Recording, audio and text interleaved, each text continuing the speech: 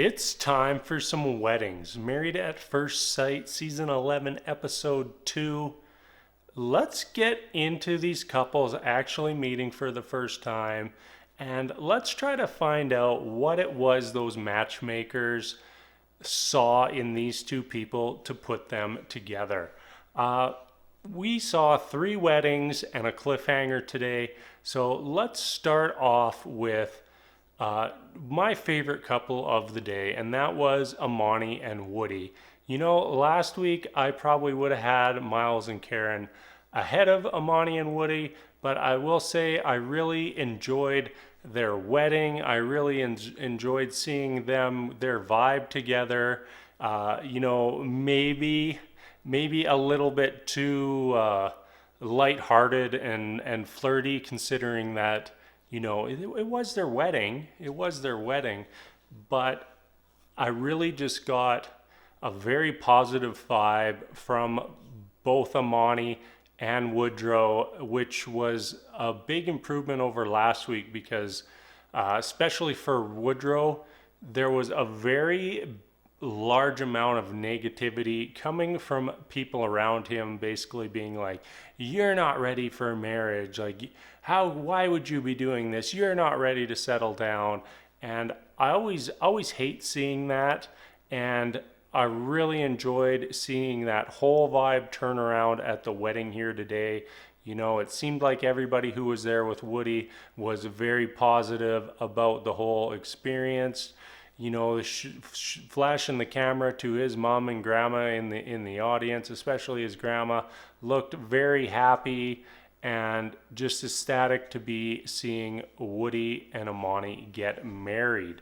Another highlight for me was the speech done by Woody's cousin at the wedding reception. You know, for how light and silly everything had been up to that point, it was nice to have that really serious, positive, loving moment of Woody's cousin just basically saying, I love you, man. So proud of you, and you're a person I look up to, and so happy to have just been part of this day for you. I really thought that helped, bring into perspective how serious and important this day was for Amani and Woodrow. And at this point, I'm really optimistic that they're going to stay together. I think they're both going into it with a great attitude. Amani was extremely nervous right before those moments before walking down the aisle, but getting down the aisle and getting married, she just kind of seemed to start to open up and light up, and I'm really hopeful for that couple. All right, next up we'll jump over to Woody's best friend Miles and his marriage to Karen. This one definitely came in with a different vibe than Amani and Woody. Based on last week, we were left with the cliffhanger of Karen basically finding out who Miles was, looking him up, and then deciding that Miles wasn't her type and he just had too many of those gosh darn feelings. I really didn't like that moment. In retrospect, Karen's probably going to think, why would I say that stuff on camera?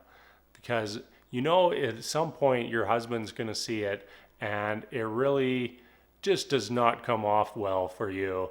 And the whole point was to put your faith in the matchmakers, to find someone you're compatible with, and to give them a chance. That is the whole goal of the experiment, and Karen almost sabotaged that before even walking down the aisle.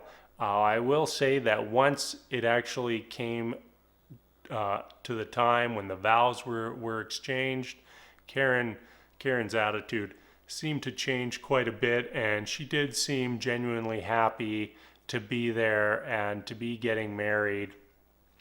And that kind of put me in a more positive mood about Karen and Miles. But she's now started that relationship with that negative moment and that negativity, and bringing in all those negative thoughts to who Woody is and what he does, when I just think that you should go in, that a marriage is something you should go into with positivity. So I hope that isn't something that weighs on that relationship. But for right now, I'm saying that is a negative for them, and I'm only putting Miles and Karen as a maybe for making it at this point. Lastly, we have Olivia and Brett. Last week we saw that Brett was a douchebag. When he's around the boys, he seems like the kind of guy who's got to show off and got to brag about how many women he's slept with and tell everyone how hot he is, when really he's not. He's at best a pretty average looking dude. And I don't know where all that confidence came from. Maybe it came from the bottle last week at the bachelor party. But yeah, Brett, you're just not hot stuff, buddy. And I will say that getting to see Olivia and Brett alone, one-on-one, seemed like a totally different person. They're gushing over their cats with each other. They're talking about all these common interests that they have. And, in that moment after the wedding, when it's nobody else around, just Olivia and Brett, you really start to see why the matchmakers put them together. But we still have that other side of Brett hanging over this relationship. And that is something that we all know is going to come back into the picture at some point and could end up ruining that relationship. I'm still on the doubtful side of Olivia and Brett making it, but I will say I am significantly more optimistic than I was last week. We ended the episode on a bit of a cliffhanger. We all knew that this was coming. We had seen in the preview already that Amelia recognized Bennett, and of course that is where we end the episode. Amelia walking down the aisle, the pastor or justice of peace, whoever was officiating the ceremony, saying, "You've never met each other," and then Bennett saying, "Well, actually we have met each other before." And it was kind of awkward and a little hard to read. Seemed like they both still had smiles on their faces, but couldn't quite tell if it was all good vibes coming from Amelia and Bennett or not. So next week we'll have to find out how that all plays out.